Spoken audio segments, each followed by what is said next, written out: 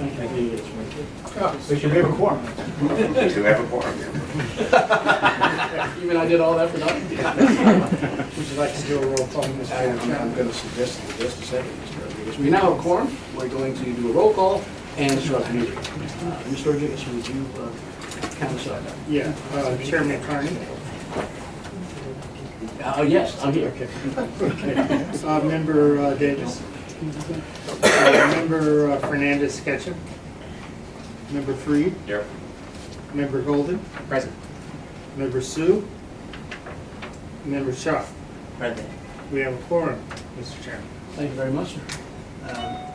We're going to start with the fiscal year 2020 water rate proposal presentation. Mr. Commissioner? Thank you, Chair Carney, and good morning, everyone. So I'm Vincent Sapienza, the Commissioner of DEP. I'm going to give a little overview on our fiscal 2020 proposed water rate increase. First, for New York City, I'm going to give an overview, and then I'm going to turn over the financial analysis to Director Joe Murin. Just first, before I start, I want to introduce a couple of key DEP staff who are here. I saw Pam Alardo, our Deputy Commissioner for Wastewater Treatment, and Vincent Mattarella, our Acting Deputy Commissioner for Customer Service. Nancy Seinflon, who I think many of you know, has been a long-time Deputy Commissioner for Customer Service, recently retired, and Vincent is acting instead. So, without further ado, just background for those of you who don't know what New York City does. We're primarily the water and sewer utility for New York City. We provide about 1 billion gallons of clean drinking water, some of the best water in the world every day to everyone in New York City, as well as about 1 million customers in 74 municipalities upstate, 2,000 square mile watershed that we maintain. After that wonderful drinking water is used, it becomes wastewater and needs to be treated and processed, and we have a large wastewater treatment system that treats not only that drinking water, but when it rains, a large amount of stormwater runoff. Next one. I think we do a great job at monitoring our water supply to prove that it is among the best in the world. There are a lot of questions lately about things that are in water, but we take more than 600,000 analyses per year. We look at physical and chemical parameters, organics, microbials. Recently issued our 2018 calendar year report, and it's really, again, it's an excellent system, and we're fortunate to have what we have. A lot of investments, obviously, over the years, and we continue to make those investments. Next one. On the wastewater side, harbor water quality, these are two snapshots, one from 1985 and one from today, of harbor water quality. And the colors are just bacteria counts, fecal coliform tests that were done then and now. And as you can see, 1985, a generation ago, the Hudson River, parts of the Upper Bay were essentially open sewers. But thanks to the really billions of dollars in investments that have been made over that time, we're in much better shape. Most of the harbor waters now meet swimming standards. There are some, obviously, water bodies. It's tough to see on the picture, but Newtown Creek, Coney Island Creek, Flushing Bay, still work to do ahead, and that's part of our combined sewer overflow program. Next one. Just on operations and maintenance, quick overview. This is just an image of the water supply system. We're down here in New York City. The original Croton system that some of it dates back to the 1840s, and then the more modern 20th century Catskill and Delaware systems. But it's a large footprint. Takes a lot to run, both personnel, power, chemicals, and that's part of our O&M expenses. So for fiscal 19, it looks like we've got a couple months left. It looks like we're going to wrap up on O&M costs of about $1.459 million. Our estimate for fiscal 2020 is $1.551 million. Next one. On the capital side, we make about $2 billion a year in capital improvements to the system, and this is just what the breakdown looks like. The mayor just announced his executive plan just a week ago, And for water and sewer assets, the 10-year plan is $20.1 billion. And again, this is just the pie, so I'll break it down. Basically, these three slices, the light blue, the orange, and this shade, are for water mains and sewers. We continually replace older sewers and water mains. We enlarge them.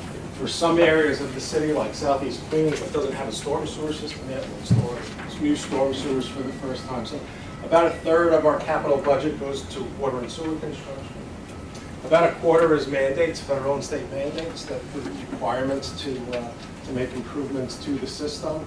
About a third of it is what we call state of good repair. That's just making sure that our existing assets are running appropriately and meeting all standards. A large part of that is for our wastewater treatment plants to make sure that they continue to operate. And then other pieces for water supply dependability, new tunnels, and then other needs throughout the system. So I think at this point I will turn it over to Joe Mueller. Good morning, everyone. Thank you, Commissioner. Thank you, Mr. Chair, members. I also would like to recognize that we do have here today as well our, the systems rate consultant, Ed Marcus, and his associate, Sean Lynn. So they also are available to any questions that the board members may have. So to the capital plan highlights, part of where we are at this point in time is that with both the January plan and the executive budget, $3.1 billion in additional capital funding has been added into the plan. And that's to cover a number of, ongoing needs that we have in the system. So there's $931 million for sewer and water main infrastructure projects, some of that being, as the Commissioner said, the Southeast Queens projects. But this is throughout the entire city in terms of having to make upgrades and improvements to the water main and sewer infrastructure. Another $592 million to ensure DEP's wastewater treatment plants are maintained in a state of good repair. And this is continued improvements across all 14 of our wastewater treatment plants. Then we've got $510 million to replace main sewage pumps at 4 of the plants, and I had the 4 plants listed, so if we need the details, and I could get that, or Pam might be able to speak to those. But there are 4 that have those in very deleterious condition, and we're having to go make improvements and replace those. The one we're starting at right now is the Coney Island plant. And then there's $225 million for replacement of older force mains in the wastewater collection system. So, and that's just the highlights. There are various other things as well. So, next slide, right? We're also continuing our work on the updates for the Delaware Aqueduct repair. We began this work back in 2017 to repair the 15 to 35 million gallon per day leak. This work is projected to cost $1.2 billion. Mining beneath the Hudson River is underway with more than 70% of the tunnel mined out today. I believe by June we're supposed to be breaking through on the other side of the Hudson. So the main work will be done on all the below the river boring. And is that project continually on budget and on schedule in terms of what? Yes, it is. We're, I think, maybe a little ahead of schedule. But probably a couple months ahead of schedule. Yeah, so we're keeping very good, watch on that and keeping it going. So we're very pleased with the progress they're making on it. So it's working out very well. Just, is there additional danger for the crews working under the river? No, because there's so. But I'll let the engineer on this speak. No, I'll address that. So we're actually boring, and we have a 21.5-foot diameter tunnel boring machine, boring through bedrock essentially. So it's mostly dry, a little bit of groundwater infiltration that gets in there, but we pump it out. The company that actually is doing the work is called Kiewit Shea. It's a joint venture. They have a very good track record of safety throughout the country, all the work they do, and they've been doing a terrific job. And as Joe said, the 2.5-mile run that we have to bore through, we're more than 1.5 miles in, so we're doing pretty well. Thank you. Thank you, Commissioner. So, on to more of the financials. We have a growing need due to the investments, and that's also, through the debt service that we have to do as well. Most of our capital projects, as you know, are financed through debt. We are using, starting to use more of the pay-go and continuing to do significant defeasance as well. So right now we're expected to have $35 billion in outstanding debt by 2023. with an additional, that would be including adding $7.6 billion over the next 4 years, starting 20 through 23. So this is, the primary, one of the biggest drivers as to what's, causing the need for a rate increase, so that we can continue to make these investments and service the debt that helps us to be able to do those capital improvements.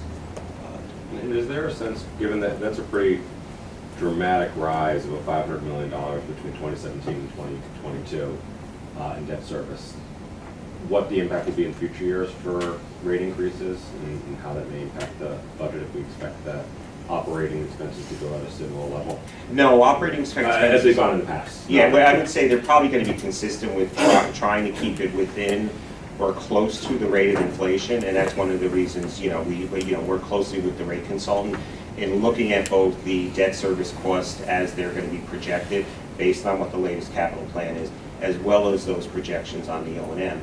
And I would say they're moderate to, in the inflation range, so 2, 3, 4%, for the immediate term, and then somewhat rising out years. But there again, those are projections.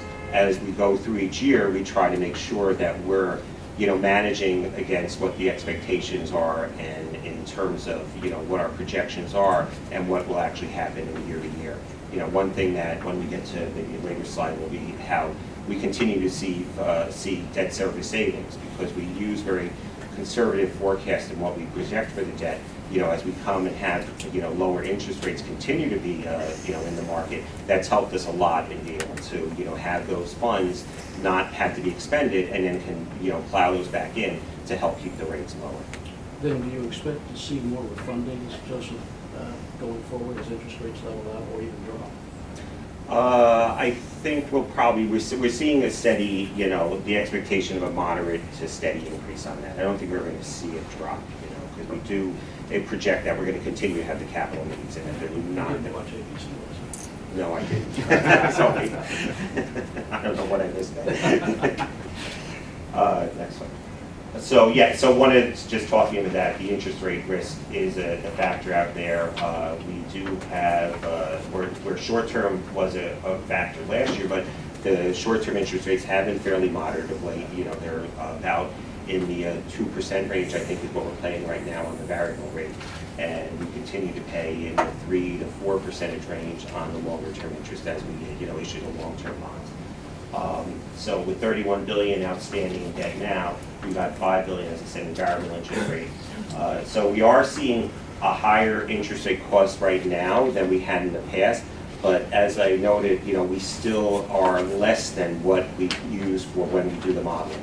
We tend to use conservative assumptions when we do the model, so we're still below those. So that's where one of the factors that helps us to keep the moderate increases, that the interest rate is lower than what we've been, modeling. Well, that's why I asked the question about refunding, because it just seems to me that with variable rate bonds out there, and that percentage of the total amount of the authority's debt, it seems to me that refunding makes more sense. Yes, and we have continued to use that as our primary driver as opposed to using cash finance debt service. Thank you. So I will turn to the commissioner, or, the proposed rate for this year is 2.31%, so slightly down from last year, but, I think well within the range of inflation. And that will, result in a typical customer's monthly bill impact of $1.35 to $1.82. So the reason for the proposed rate proposal, how is it 2.31 arrived at? They're based on the cost of providing the utility service and servicing the outstanding debt, as we've already spoken to. The rate increase will allow us to continue to invest in the capital program. It will provide the cash flow necessary for the debt service coverage and supporting strong credit ratings and low borrowing costs, and allow us to continue to keep what we hope to be moderate increases going into the future. This is a lower than average increase in the last 15 years, supported by continued careful management of expense growth, with expense increases comparable, within the range of inflation. Again, I will say that's been maybe perhaps a little higher than that, but it's been moderated by the savings on the interest rate side. As I said, interest costs and debt management by the Water Authority, and I would want to particularly note the ongoing benefit from when the mayor, eliminated the rental payment, which I believe we have a comment on in one of the later slides as well. Forgive my memory, that's a permanent elimination, correct? No, it is not. It's It is, voluntary. because it is, I think, statutorily in the lease, and I think other of the bond covenants, and I believe also maybe even in legislation. Okay. It is not something that, the mayor can unilaterally take to. Every year, it's at the discretion of the incumbent mayor to determine whether he wants to forgive the rental So in payment. future years, the city budget. Yes, there is always the possibility that an Yeah. administration, we would be hopeful that they would recognize that the tax is a tax sometimes, and, that would be a burden on the ratepayers. It would have a significant impact on, our ability to keep these rates this low. So, And is there any practical means of making that a permanent elimination, or would it require state legislation and changing bond I covenants? and I other- think it would be, yes, it would require those, and I think that's, something that I would defer to the administration in terms of how they would want to proceed, if at all, and something like that. I think it would be very difficult to unwind something of that magnitude. One of the things that we're continuing to pursue with this rate proposal is that our affordability programs, the homeowner assistance credit, this has been going on now for 4 years for homeowner? 4 years now. $115 credit for low-income senior and disabled households. We're continuing the multifamily assistance credit, a $250 credit for affordable multifamily properties that meet certain eligibility criteria, where the minimum charge fees, 0% increase to water rate charge to low-use properties remains at 49 cents per day, and the leak repair credit, partial credit for excess charges for repaired leaks. Joe, Sure. question Yes, about the Chair. last one, leak repair credit. It's a partial credit, and I just don't remember it. Would somebody take a second? It's if your leak is greater than 200% of your daily average usage. Which from the prior year. Right. And you fix it within 120 days, it will Okay. give you half off the increment, the extra cost, what it would have been had you used that. And we have a statistic, I think, of how much we've actually Yes, I think saved. you give about 4 to 5 million. Yeah, it's saving the ratepayers $45 million a year that they otherwise would have been required to pay. So, yes, it's been very effective, in Did terms we of. calculate the gallons saved though? Like, because that's the, I'm sorry, Pam. because we're losing water supply by. having Yes, and diesel, that's, right? we could probably extrapolate that out. That'd be from good this to as know. well. Really good. Next slide, Greg. So again, to the impact on the bills. So on the average annual single-family charge, which is 70,000 gallons per day now, per year, it will go from $945.28 to $967.12. So it's an annual increase of $20.84. For the average annual multifamily meter charge, 52,000 gallons a year, going up by $16.22 per year. The multifamily conservation program per unit will be going up by $23.76, and as noted, the minimum charge will remain flat, so zero increase for those, users that, have just the minimum charge. Is that 70,000 gallons for the average single family charge, is that a decrease from 80,000 in Yes. previous years? You are leading into the next Okay. one. No, I'm trying to keep all my numbers. No. And that is something that, we adjusted this, and, every, few years or so, I think the last time it was at 100, and we adjusted down to 80,000. Do you remember, Ed, when we did that? It was 14? I'm thinking more like around 2010 or so. Okay, so it's been a while. So we had 80,000 for a while. Now we're going down to 70,000, which is what we're seeing as the average for a single family usage, which even still, I think what we're, looking here at the New York City versus the 30 largest city averages, our rates are, competitive, if not lower, over the time frame that we're looking at. And even when you were back at the 80,000 in 2018, we were still, below there, the 30 city average. So that would be part of the rate change, is changing the limit from 80,000 to 70,000, or is that at the discretion of DEP? No, that's at the discretion of DEP, Okay. because that is only used for, comparative purposes such as this. It Okay. doesn't have any, relevance for usage in terms of how we set rates or anything Okay, like that. perfect. Other than the fact that as the usage goes down, we have a very, very large base of fixed costs. Right. So you have a smaller base that you're always going to have, and that's sort of, the conundrum of people say, well, I'm conserving, but my rates keep going up. It's like, yes, because it still costs, a significant amount of money to deliver, high-quality service of water and wastewater. Being cognizant of the challenges, it's terrific to see water usage per capita still continue to reduce. And Yes, I and- commend you guys for focusing on that. It is something that we will probably be seeing over many, many years as well. I was, again, talking with the rate consultant, I think you have some cities out there who are at, 40 to 50,000 gallons per year per household. So it's, could be significant amount of decrease there. And it's something that I think we're gonna see as people continue to make tremendous upgrades in terms of, housing stock, new buildings, much more efficient in terms of how they're using water. Does that change some of the investments that you make as you look forward to 10, 20-year investments? Yeah, it is a factor that, we've been looking at, because it does also impact what we thought, you might have larger flows coming through, and particularly in plant operations, you don't, foresee so much. So it does help us in terms of having a much more, compact base to be able to treat and manage. And also in terms of water delivery as well, in terms of for, the supply system. That's right, and going back 25, 30 years ago, the city was using 1.6 billion gallons of water per day.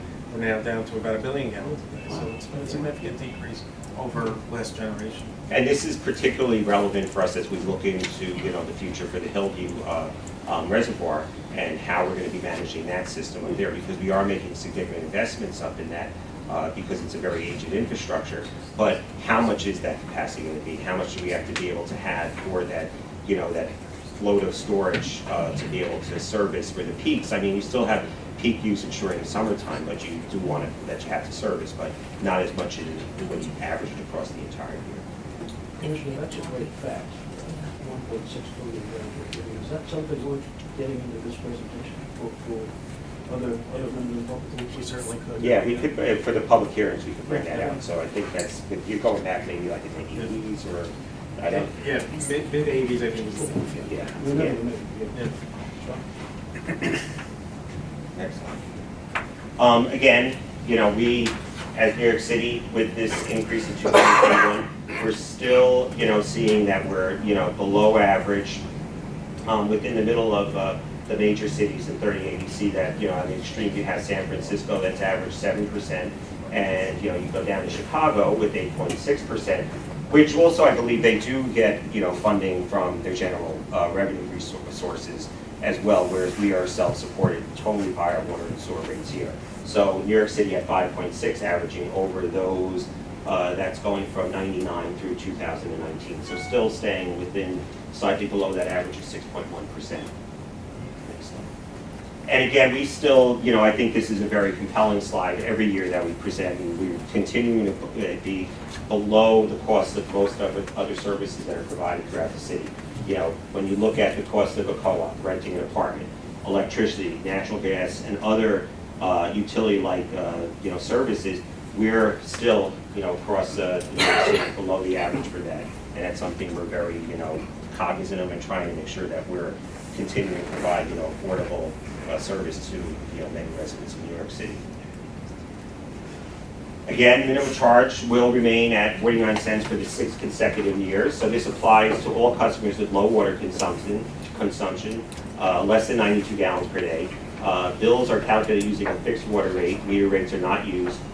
So that's the 49 cents per day. So with $1.27 when you add the sewer charge as well. So their annual bill caps out at $463.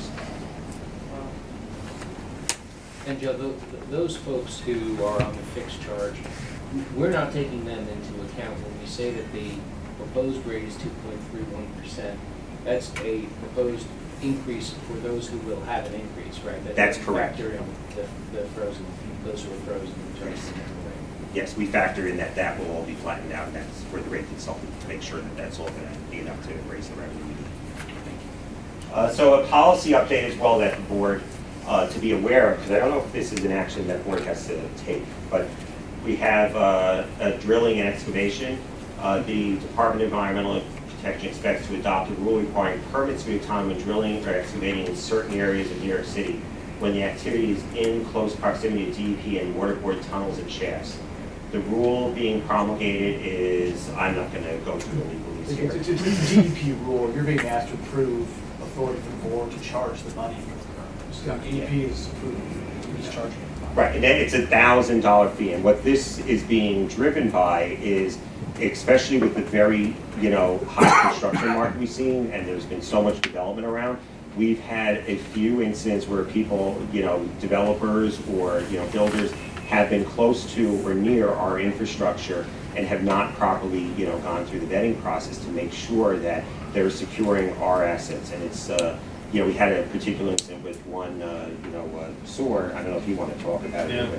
which was they had drilled near, or they had, Yeah. the commissioner's much better. So just a lot of the construction we're seeing in these high rises, they're actually building very deep foundations, some of it for parking, some of it just for making sure that the building is structurally sound. And we had one situation in Queens where the builder, to secure his foundation, drove tiebacks through the foundation walls into the street below and hit one of our intercepting sewers. And Pam had to send a diver in for a couple of months to cut out those bars. So we want to have the speed to make sure that gets reviewed. Yes. So the nexus of this is just, it's requiring us to do more inspections, more enforcement, and repairs. So it's both an insurance policy, but also enabling us to be more proactive to watch. That's right. So the builders have to come to us ahead of time. We'll review their plans and specs.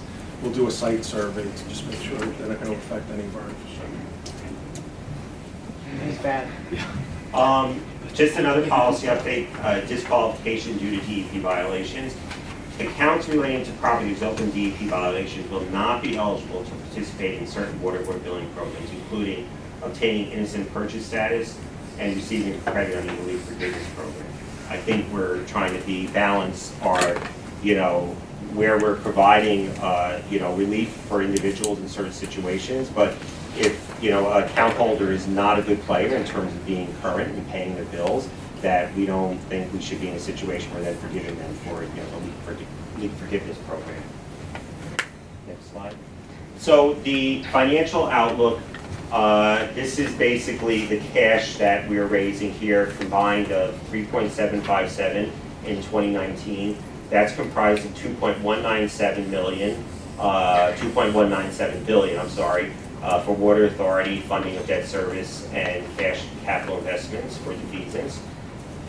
$1.459 billion for DEP operations and maintenance, and $100 million for water board expense.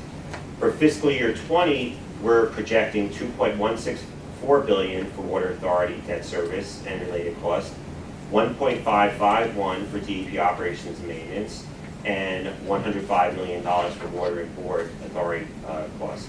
So going from $3.757 billion to $3.820 billion, of which, as you look at it, there's just a slight, decrease on the authority side.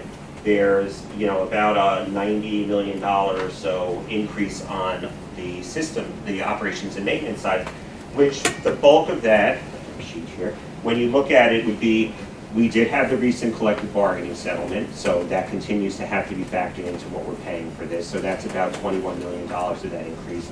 We also have various BWSO and SOAR contracts that now have to be expensed, related to catch basin, certain emergency work. So that's about $15 million. We've had increased cost in some of the chemicals. This is where we, have an initiative to do taste and odor control for the water that's coming out now that we're running the Croton filtration plant, because we did have an incident, I think it was sometime last year, where there's certain times of the year when you're running the Croton plant, which is on the east of the Hudson side, that you may get some sort of, aroma and, a taste, because nothing is wrong with the water, but we're going to be able to, we can manage that through adding a chemical on the Croton side of the system. And this impacts just certain areas of the city, mainly Bronx and northern Manhattan, and maybe some northern reaches of Queens. So it's more to be able to make sure that our water still meets what people expect when it comes out of their tap.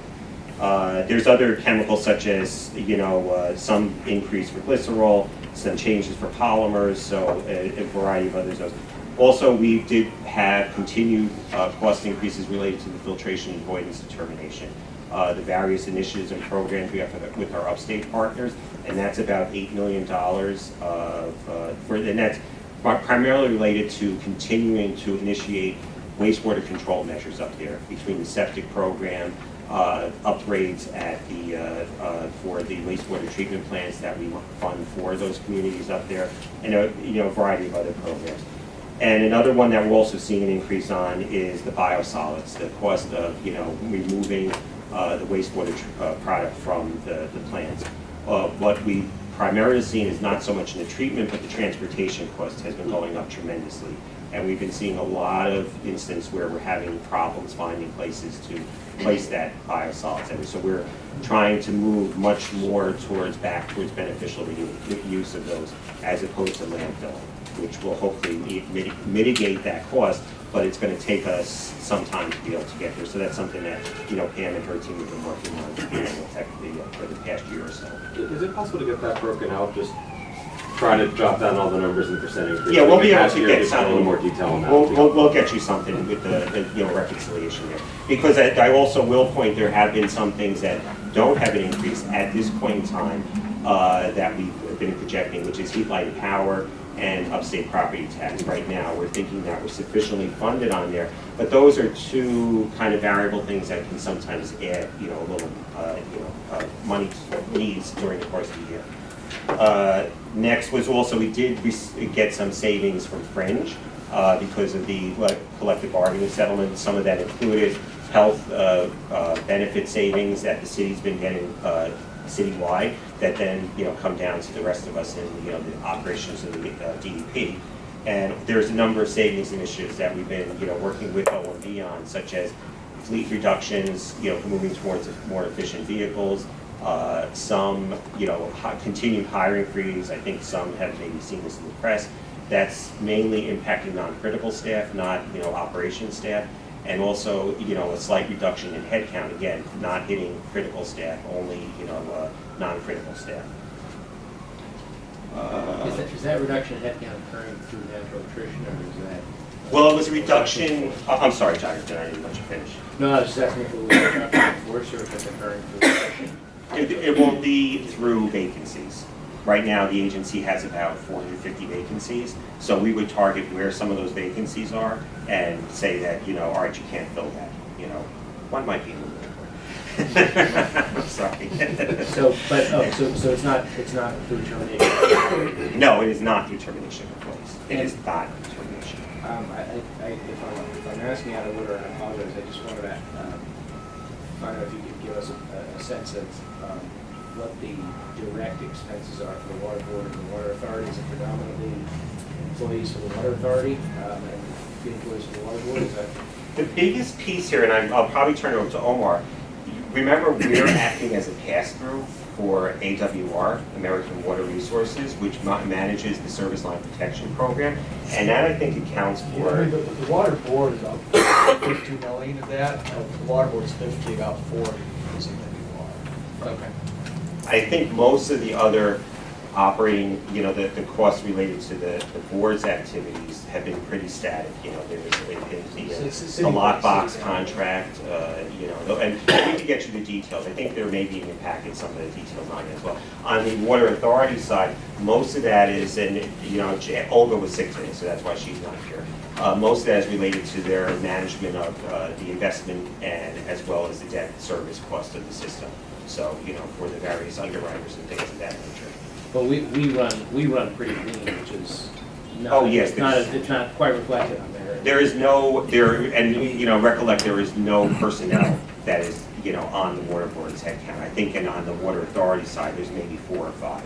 So most of the resources in terms of personnel structure is within DEP or within, you know, the Water Finance Authority itself.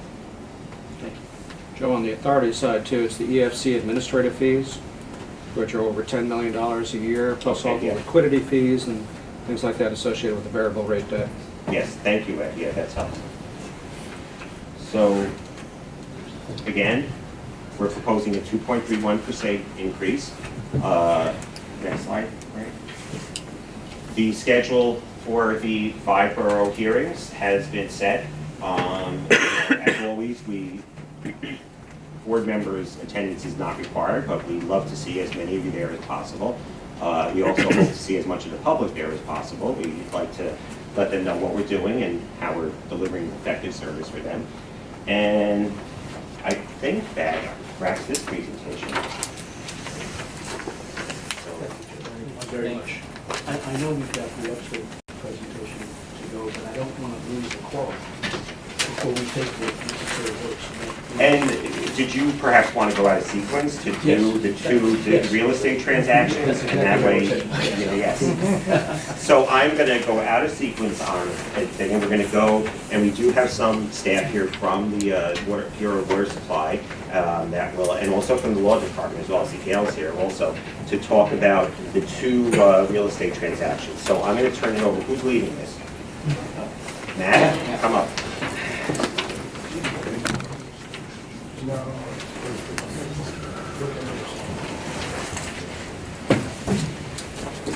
Thanks very much. My name is Matthew Schwab. I'm a real property manager with the Bureau of Water Supply based out of Kingston. And I just wanted to give a brief presentation about two dispositions that the department is seeking approval from the Water Board for. Next slide. So, through the agreement of lease with the Water Board, the property that the city uses to operate the water supply, we have a requirement to get board approval for any dispositions of real property interest. We have two very different situations today that I'll just go over briefly.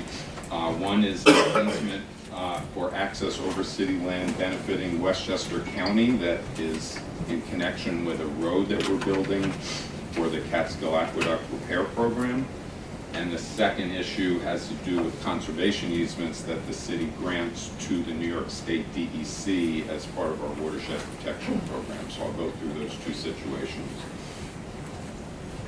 So the Catskill Aqueduct and the CAT-RR program, referred earlier to the Rondout West Branch Bypass Tunnel project. As part of that project and as part of Water for the Future, DEP is focusing a lot of effort on upgrading, well not upgrading, keeping in a state of good repair the Catskill Aqueduct, which was built in 1915, so it's over 100 years old. Running the upper Catskill Aqueduct is the focus of the program from Ashokan Reservoir to Kensico Reservoir, running on the west side of the Hudson and then crossing near Breakneck Ridge. And the Catskill Aqueduct is critical because when the bypass tunnel is connected, the Delaware Aqueduct will be shut down for 5 to 8 months. And so the Catskill Aqueduct presents the only means to convey most of our water from the west side of the Hudson River to the city. And so Catskill Aqueduct's never been subject to any sort of a comprehensive maintenance, focused maintenance program, only normal maintenance. It's over 100 years old.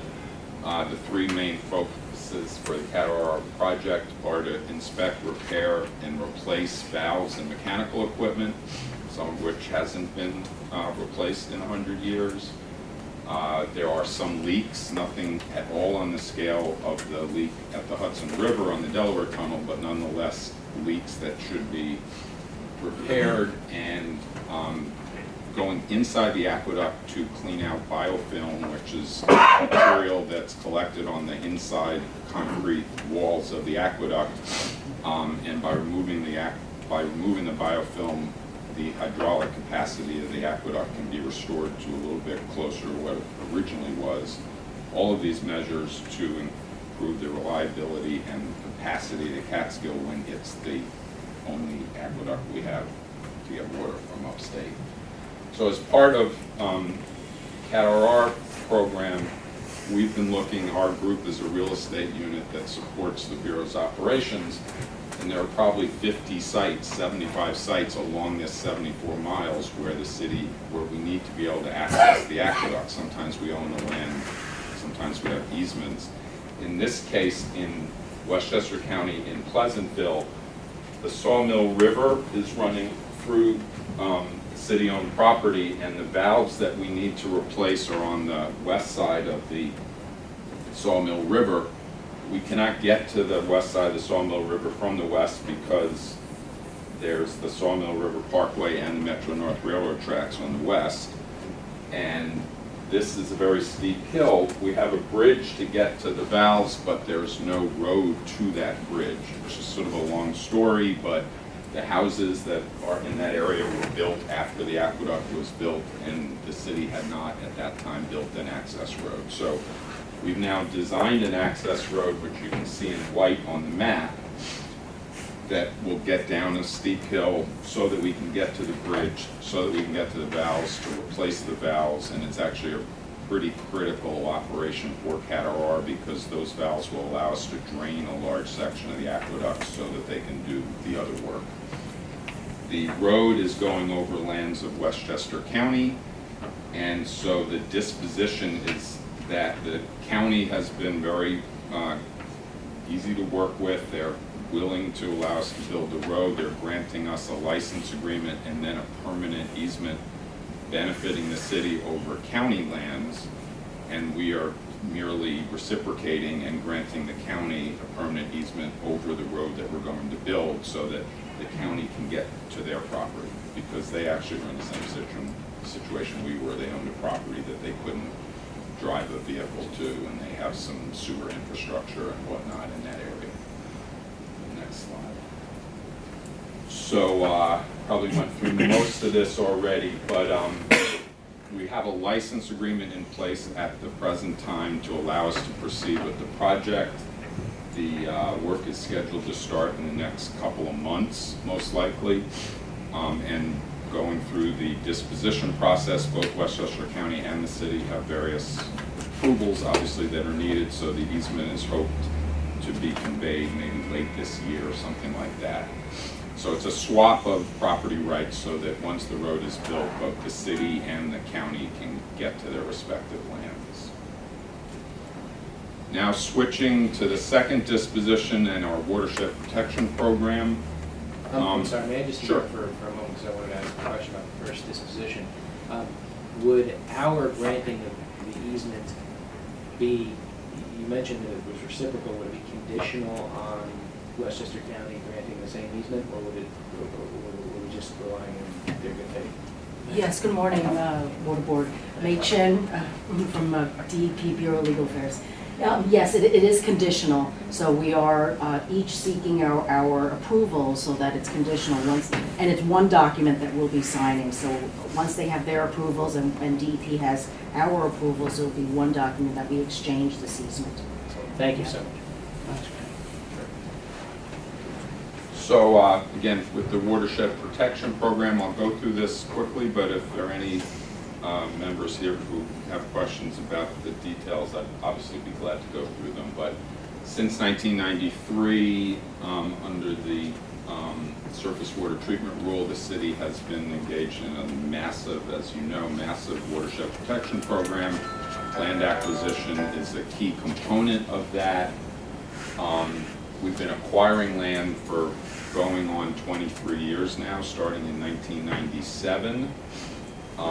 That's under a permit authority from New York State Department of Environmental Conservation, DEC, and there was a lot of stakeholder involvement and governmental involvement on all different levels in the 90s when the program was set up. It was obviously seen as a big issue and threat to upstate interests, and there was a memorandum of agreement that was signed in 1997, and just some basic tenets of that, as I just implied, the MOA seeks to strike a balance between the city's need to increase the level of ownership of land in the watershed and otherwise develop its, maintain its watershed protection goals while still ensuring community economic viability. The permit that we have sets forth minimum requirements for properties that we buy about the size of the properties and the need for those properties to have surface water features like wetlands or streams on them. It requires that we seek to buy land so that we were not in a position where we were forced to try to condemn land for watershed protection. The city hasn't foregone that as an option, but it's not, in law we have that right, but it's not part of our watershed acquisition program. And then relevant to this issue, all the property that the city acquires in fee simple through the land acquisition program are obligated to grant a conservation easement to New York State DEC, and that's really so that some future governmental group wouldn't have the ability to kind of shirk the original purpose of the purchase and sell the land for development. So the conservation easement is a way to hold the city's feet to the fire. So quickly, just to review that activity in the last 23 years, about 95% of our acquisitions are in the Catskill Delaware system. We have acquired about 2,000 acres in the Croton system, but that program is on hold right now. All our acquisitions are in the filtration avoidance basins.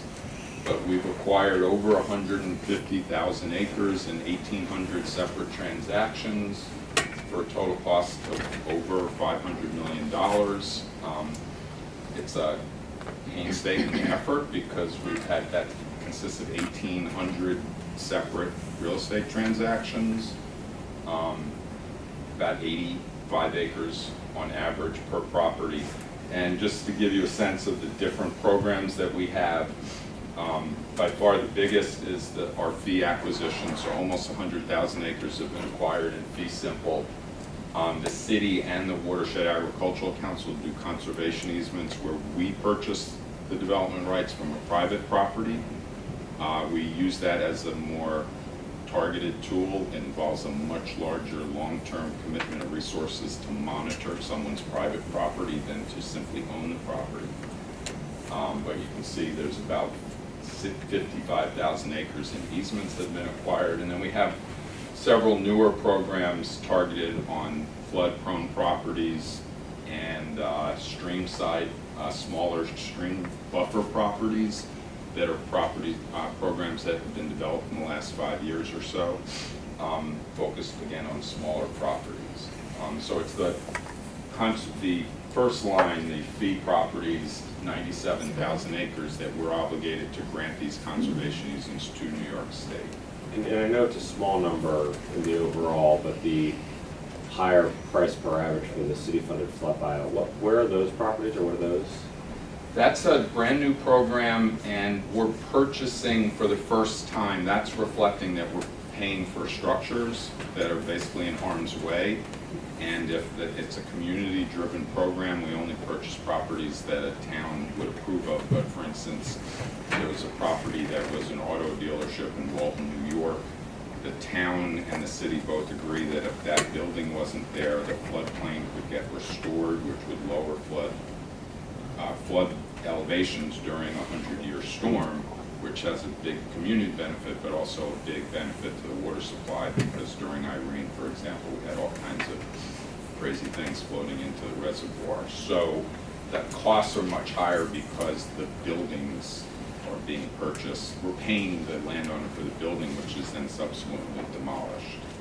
So the per unit cost is much higher, but I think there's a good case to be made that the water quality benefits are commensurate with that. And it's never going to be a large program. If I was here in 5 years, I'd probably say we bought 50 properties, not 600 properties. Thank you. Thank you. So quickly, just a sense of the program over the years. The blue bars are our core city program, and the green are the WAC conservation easements. And just one point of interest is that we're sort of operating in inverse to the private real estate market, so that after an initial surge of acquisitions when the program was initially developed, our numbers actually dropped after 9/11 because the real estate values went up in the upstate area. So when real estate values are very high, it's a little harder for the city to compete with a private buyer. We can't close in 3 months. But then after the recession in 2008, the opposite happened. The real estate market crashed, and we were still there, willing to pay market value for properties, so our numbers spiked in 2010 and 2011. And then since then, for various reasons, we've been ratcheting down the investment and the number of acres that we're soliciting in concert with our regulators, which helps, reduce the investment to a sort of a reasonable level now that we've acquired so much land. So you can see a drop off in recent years. So just the conservation easements quickly. I said we had acquired 97,000 acres in fee simple. As part of the agreement, we have to convey an easement on all of those properties to the state. So in 2003, we agreed on a model conservation easement with New York State DEC. That easement allows for certain uses that are compatible with water quality, or that in certain cases are related to economic activities such as agriculture. It does allow the city to use the properties if we had a need to for water supply purposes, though that's not something we've ever seriously considered.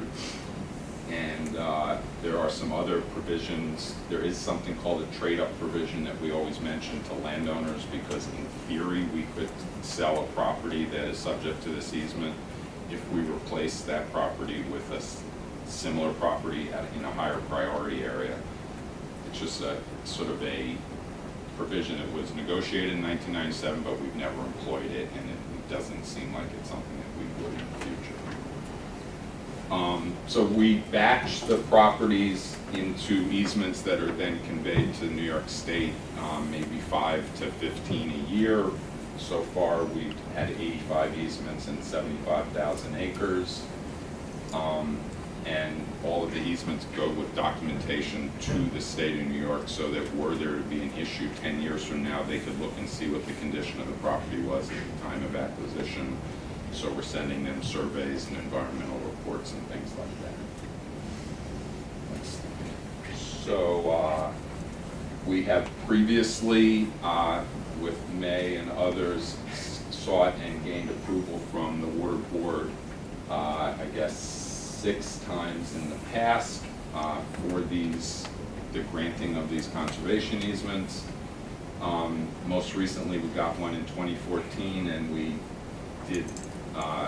conveyed easements on 215 properties, about 17,000 acres. Since 2014, that's now run out. So we're seeking a 4-year approval, which would take us through 2023. And then either prior to today or prior to conveyance of the easements, we hold public hearings with the mayor's office of contracts.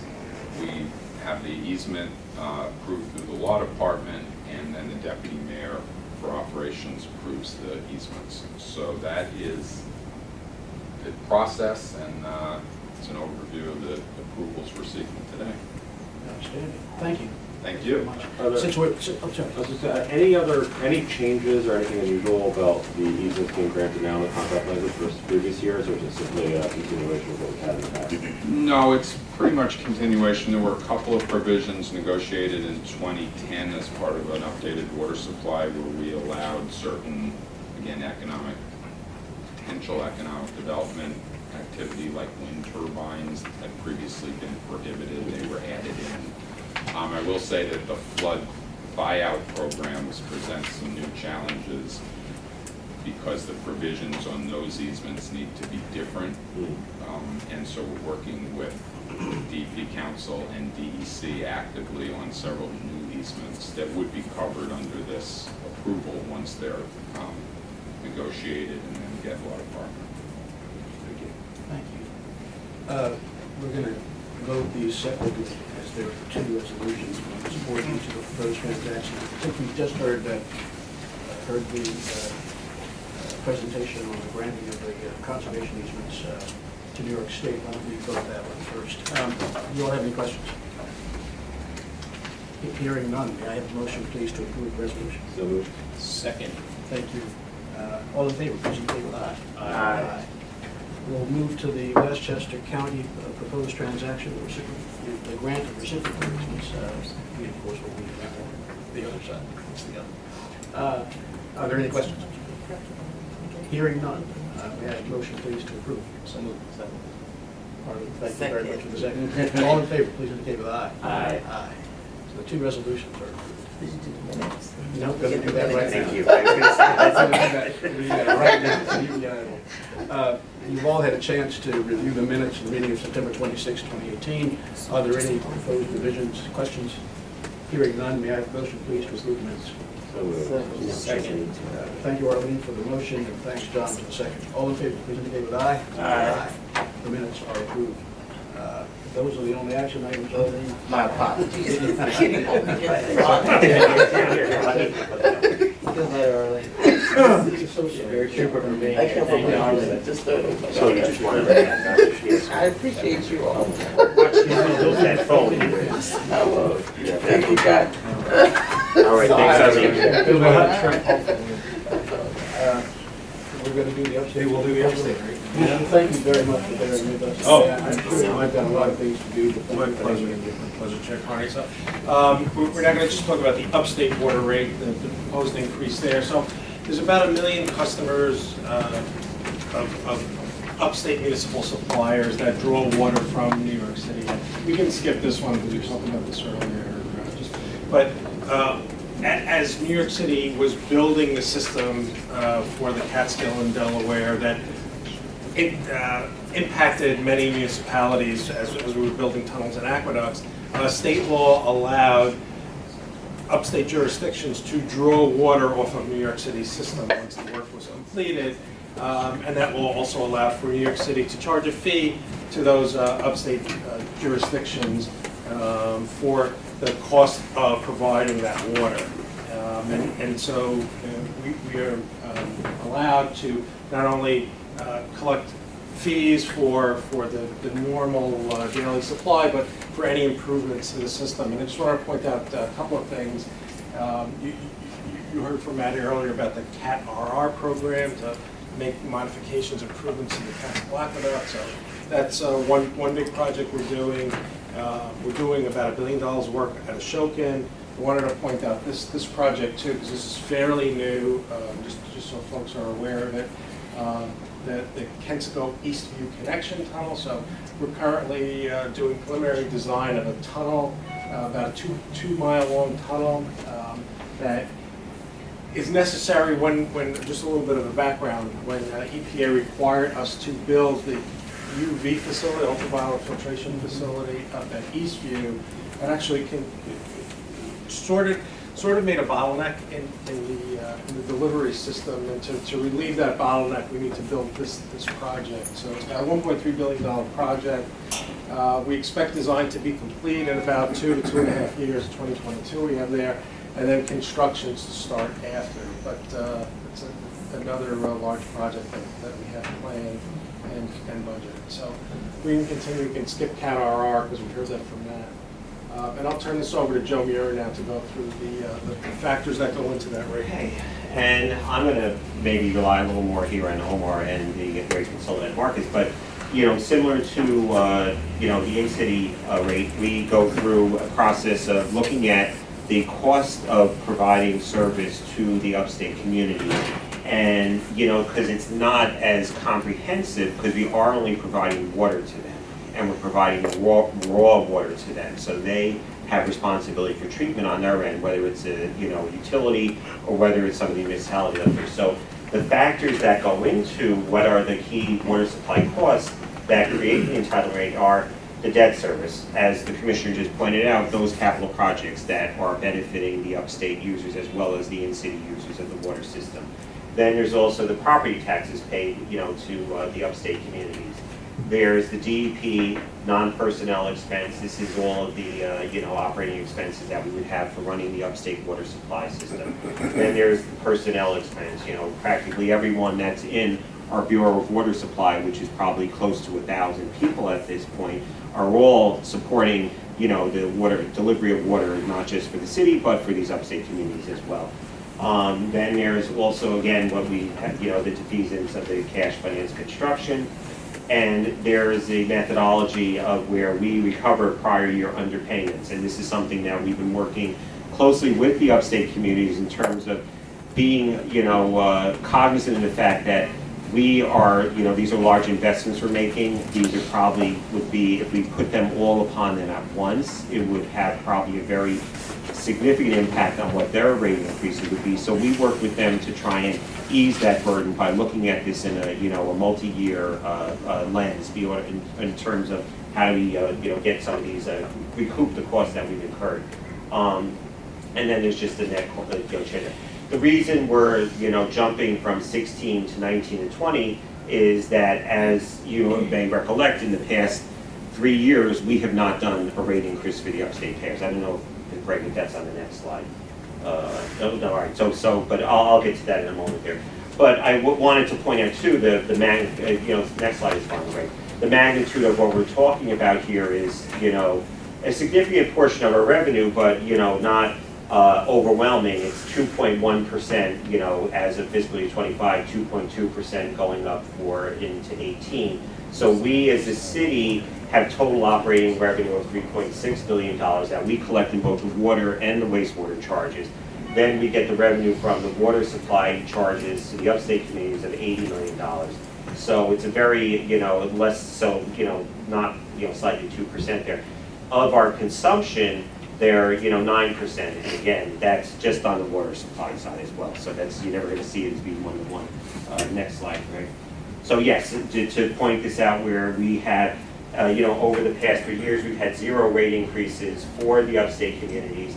So we're having the entitlement rate go up by 9.2%. The excess charge will be the same as our in-city rate of the 2.31% that you're considering for the in-city rate payers as well.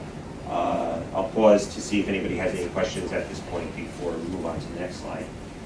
And much of those zeros in the past few years was driven by the RSA litigation against the city, yes, and the appeals, and the city finally prevailed, but we were kind of in limbo for a while. Yeah, thank you. Just as a quick refresher, would you remind us the circumstances under which the upstate jurisdictions are paying the excess rate as opposed to the entitlement rate? I'm going to turn to a more expert individual like myself. So it's a town-by-town calculation. So each town's allowed to buy water at the entitlement rate up to the quantity of that town's population multiplied by the per capita usage in New York City. And we reset a calculation each month. Anything up to that cap, your entitlement rate, the first drop of water over, and then anything in the increment over, you pay the excess. Does that make sense? It does, although I'm trying to understand why, in some respects, one might infer then that those numbers should be flipped, right? Your entitlement, the increase in the entitlement rate would be the same as what the city is experiencing, and the excess rate might be a different number. Why do we have that opposite inverse situation? Well, I think that, do we have a slide showing the proportion of the rates?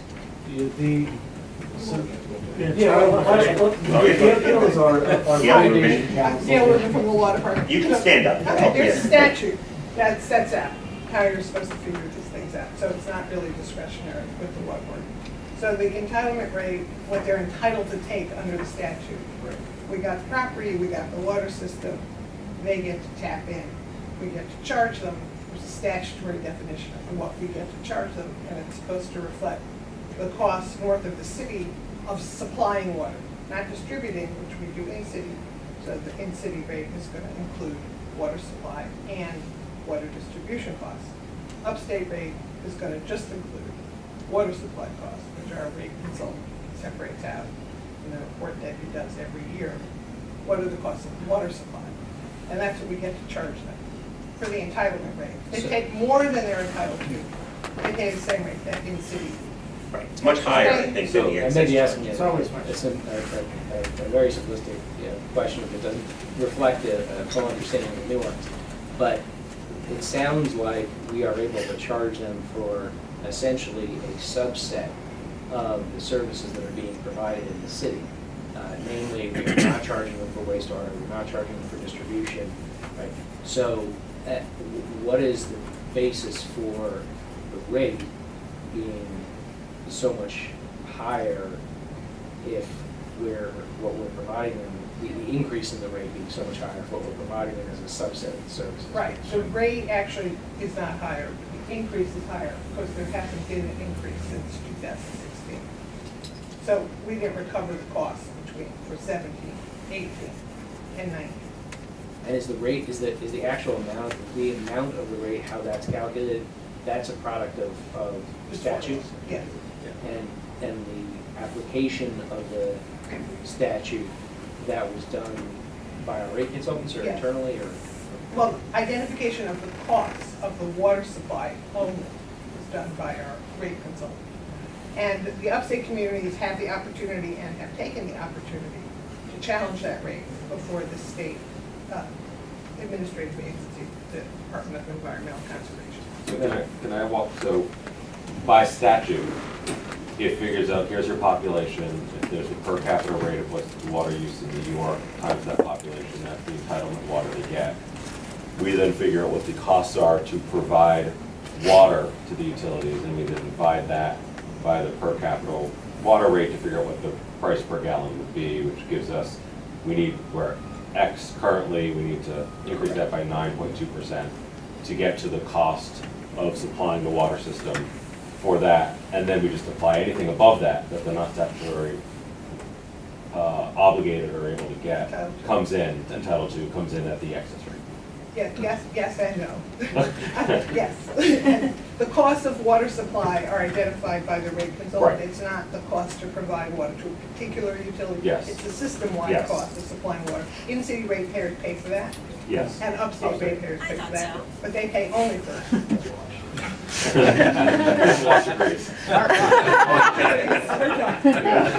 But to follow up to Gail's point too. And if about- you're gonna speak, I think you should come around, because, it's a public hearing. To follow up to Gail's point about the rate in the last few years has not been sufficient to cover the cost of service, we have a reconciliation. That actually was insisted upon years ago by the upstate customers. So we reconcile to a true up, and they essentially owe the city money. So part of the increase in rates to catch up a little bit on the reconciliation. I see, so this really reflects what would have been the appropriate increases for 17, 18, 19, and 20. But we, because of litigation, we held them in abeyance and are now doing it all at the same time. But it's not actually 100% of the recovery of that, but it's a partial catch-up, in addition to the fact that the cost of service has gone up as well. Why did you decide not to recover 100% of what you thought we would have obtained, we would have had to pay? It's a bit of a great shock, I think, in terms of the, doing it as one jump up, The so. number, And would the number have been about 10%? Oh, yes, Yes. definitely. And we have done this for a number of years now. What we have is a 4-year, I guess we could say, looking at those costs, then figuring it out, and we sort of roll that forward to say where should we be, because we're trying to make sure that we're modulating that rate increase to them as well, because it would be significant rate shock for the upstate, ratepayers. And again, we're just a component piece because we're the raw water. They're also having to implement as well their additional costs that they have to do for the treatment and delivery on their side and distribution. And one other question I had is that I think I have a recollection that this was an issue that may have been litigated and may not be appropriate for open session, but I seem to recall there was a question about whether or not the same amount could be charged to communities that were closer to the reservoirs as opposed to the ones that were further away and therefore in theory made more use of the infrastructure. Is that something that has been resolved? Is that still in litigation? That particular issue was before DEC many years ago when the water system didn't increase a rate for upstate customers for about 25 years. And so in the early 90s, when the water system realized that, we really need to sort of update, there was an administrative proceeding that was started. And there were two in the 90s, and the administrative agency issued certain rulings that answered certain questions. Some of them were litigated in court, some of them weren't, some of them come up again. The next proceeding was in 2004. We resolved that with a settlement that gave us till 2015 with sort of peace, and now we're in a new administrative proceeding. So that issue came up in the context of what could the water board or the water system decide to do, and if the system decided that charges should be system-wide because we have one system and feeds each other for our purposes, and we shouldn't have individual customers. We shouldn't have to figure out for 74 individual customers what their rate should be. We should have one system. DEC upheld that.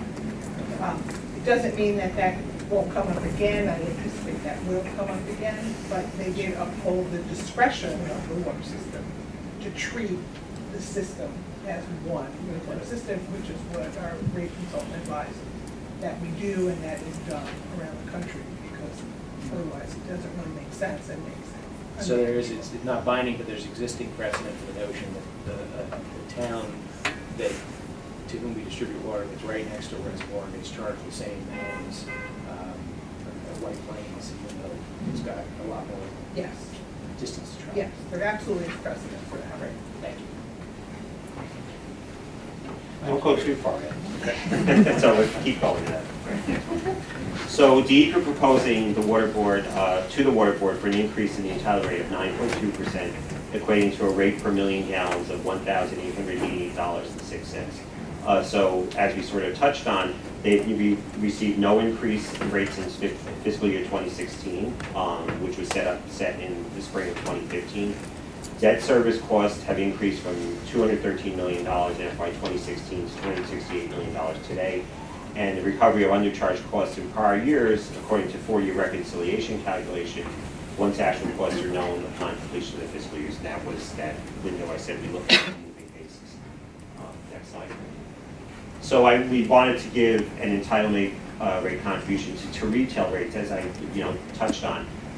We as the supplier of the water to these upstate users is typically 20 to 40% of the retail consumer's water bill. And one thing that we benefit from and they benefit from is that we have a much more greater economic power in terms of what we're able to do in terms of providing and building out the delivery and distribution system for the water that we have. So that's one thing where they're benefiting from us. What I will point out is for a typical single-family home, the proposed rate cost increase would equate to $11 per year, an increase of between 1.4 to 3.6%. But I think we also want to make sure we look at this where the total customer water bill is $300. We'll use Carmel as the first one, Carmel District 1, which is $323, of which we are $132 of that, and their operating costs are $191 of that. So we're at 42%. And when you look at that comparative to the city, we're $365 is the total water bill. The cost of the water portion for us is $132 versus $233, and it runs the gamut there. But that's where this 9.2% may, and that $11 per year may equate to a different number depending on what the town itself, how they roll this increase through to their ratepayers. So, and again, we would be, also proposing that we increase the excess, this is the excess charge. Propose the excess rate go by the 2.31% as the city charge, which would bring that rate to a fiscal year 2020 charge of $5,211.24 per gallon. And I think that's where, if you could flip back, Ray, we could go back one more, where we had the comparison there, Jonathan, we were talking about how they're paying $1,886 whereas the in-city charge for the same amount of water would be $5,200. So they're significantly lower in terms of what we as the city are paying in terms of, but not just for supply, but for the distribution of the in-city system as well. And the proposed, rate hearing will be held in Valhalla on Friday, May 31st at 11 a.m. Again, we welcome the board members to attend. We usually have some of the towns, some of the utilities up there in attendance as well. We'll, present them with the same presentation here with preps and, benefits as well. Any other questions, issues? Not here. Thank you very much. Thank you. Commissioner, Thank thank you very much. Thank you. And good luck. Is there any other business to come before the board? No other business. I have a question. In the presentation you put that up before, you talked about the long-term control plan. At some point, I'd love to get an update on that, particularly green infrastructure. I know something that had the attention to paid and potential cost saving and neighborhood benefit. Just get a little understanding of how that's helping or hurting, or where it's performing well, and how that kind of fits into the broader vision as you see increasing needs to upgrade the systems. Great. We'll present that at the next meeting. Thank you. There being no further business, may I have a motion to please adjourn? I guess I guess it's a moot point. We can't Yeah. adjourn. Yeah. You can never leave. No, once it's held, it's for, Oh, yeah. I think that's the case. I'm not a lawyer. Is that? All in favor, please indicate with aye. Bye. Aye. We're adjourned. I love it.